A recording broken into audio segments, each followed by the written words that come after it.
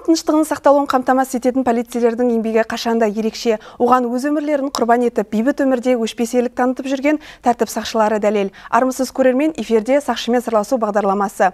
Бүгін кезекті сұхбатымызда еңбектің жалауын жықпай, тұрғындардың қауіпсіздігін қамтамасыз етіп жүрген учаскелік полиция инспекторы Нұрбаба Қалидуллин келіп отыр. Саламатсыз ба, қош келдіңіз. Саламатсыз, қош көрдік. Сіз асқан қырағылықтың арқасында өз өміріне қол салмақ болған ер азаматты санаулы минуттардың ішінде құтқарып қалдыңыз. Жалпы сол оқиғаны еске түсірейікші, қалай болды? 2021 жылы желтоқсан айында Балықшы көпірінің үстінде әріптестеріміздің кетіп бара жатқан кезімізде көпірдің орта жақ бетінен ер азаматты көрдік. Яғни көпірден секірмекші болып жатқан. Сосын әріптестеріміз бізге бірге барып, азаматқа сабырлыққа шақырып, өзіңіздің өміріңізге қол жұмсамаңыз деп үгіттеп, енді өзіміздің ең бірінші мақсатымыз жұмыс полиция қызметкері болғандықтан әр азаматтың өмірін құтқаруға, енді сол себепті барып ескертіп, қолымызды ұсынып, қолымызды беріп, азаматқа сабырлыққа шақырып, қолымызды алып құтқарып алған жағдайымыз бар. Әр Қазақстан Республикасының полиция қызметкерінің басты міндеті деп ойлаймын. Әрбір азаматтың өмірін құтқару. Енді ерлік деп есептемеймін енді. Әр Қазақстан Республикасы полиция қызметкері осылай, мен орнымда болса, осылай істейді деп ойлаймын. Жауабыңызға рахмет. Жалпы бірнеше мамандықты алып жүретін әмбебап жұртқа жақын полицей, ол учаскелік полиция инспекторы екендігін барлығымыз білеміз. Жалпы сіздің атқаратын жұмысыңыз қандай, нақты? Учаскелік полиция қызметкері халықпен тығыз қарым-қатынаста болу деп есептеймін. Басты мақсат осы учаскелік полиция қызметкері болып 5 жылдан бері қызмет атқарам. Яғни номер 11-ші учаскелік полиция бекетінде жауапты инспектор болып 2 жылдай жұмыс атқарам. Яғни өзімнің әкімшілік аумағында 3000-ға жуық халық бар. Яғни халықтан келіп түскен шағымдарға басты мақсат уақытында жауап беруді есептеймін. Өмірде кімді үлгі тұтасыз? Өмірде енді қазіргі уақытта анам бар, анамды үлгі тұтам.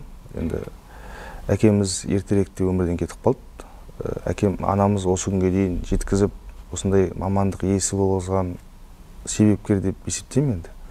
Осындай жұмысқа кіріп, үлкен оқуымызды оқып, енді ең бірінші анама рахмет етем, осындай дәрежеге жеткізгеніне, сол үшін үлгі тұтам.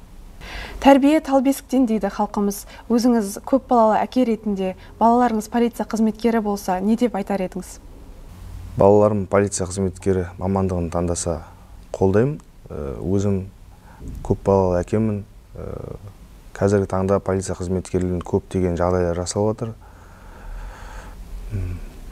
Бір ауыздан қолдаймын, енді полиция қызметкері боламын десе. Жауабыңызға рахмет. Өзіңізге белгілі, қазіргі уақытта полиция қызметкерлердің қатары үнемі толып отырады. Жыл сайын жаңа үміт, жаңа сеніммен келген полицейлерге өз тәжірибеңізден бөліп не айтар едіңіз? Жалпы тәртіп сақшылары қандай қағидат ұстану керек? Полиция қызметкері лауазымына тағайындалып жатқан қызметкерге өз тәжірибемнен айтатын кеңесім, енді жұмыста шыдамды болу деп есептеймін, бірінші мақсат. Және де темірде тәртіпке бағынып, өз уақытымен санаспай, әрдайым халықпен бірге болу деп есептеймін. Сіз полиция қызметін не үшін таңдадыңыз? Бала күнгі арманыңыз болды ма? Әрине, бала күнімнен полиция қызметкері болуды армандадым.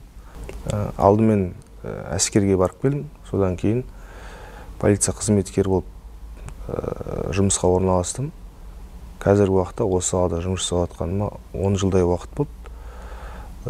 Жұмысымды мақтан тұтам. Сол бала кезімдегі арманыма жеттім деп есептеймін. Сүбелі сұхбатыңыз үшін үлкен рахмет. Құрметті көрермен, осымен бізге берілген уақыт өз мәресіне жетті. Жақсы күндерде жолыққанша аман сау болыңыздар.